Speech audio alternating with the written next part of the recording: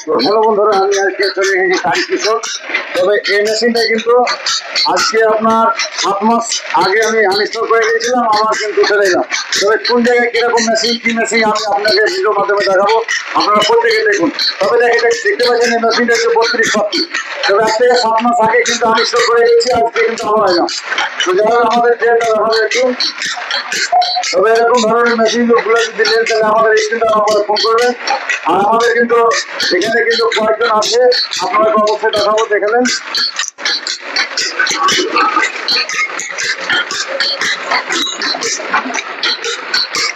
খুব সুন্দর মেশিন আপনারা দেখতে পাচ্ছেন। এখানে আমি একটা কথা বলে শুনেন, আমি আর একজনকে দেখাবো, সেটা হচ্ছে আমাদের বৌদি।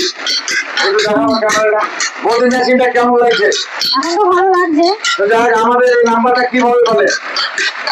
আমি তো মেশিন কিনেছিলাম, মেশিন কিনা ছিল আজ থেকে 4 বছর হলো। সেখানে আমি আনস্টল করে গেছিলাম 7 মাস আগে, আর একবার ফিটিং করে গেছিলাম 15 দিন আগে, মানে 4 বছর আগে আর কি। তো মেশিনটা নিয়েছিল কলকাতা থেকে। তো যাই হোক, আমাদের খুব আজকে দেখতে পেলাম যে মেশিনটা খুব ভালো চলছে এবং প্রতিষ্ঠানে অনেকজন ভাবছেন যে মেশিনগুলো হয়তো খারাপ লাগছে, সেটা না। অনেকে দেখবেন যে এই 32 মেশিনে যদি পাত্তি সাজানো হয় তাহলে কিন্তু অবশ্যই তেল কিন্তু ভালো দেবে। তবে একটু কাছে দেখো, কাছে দেখা একটু তেলটা, কত সুন্দর তেল দেখেন, ফাইন তেল।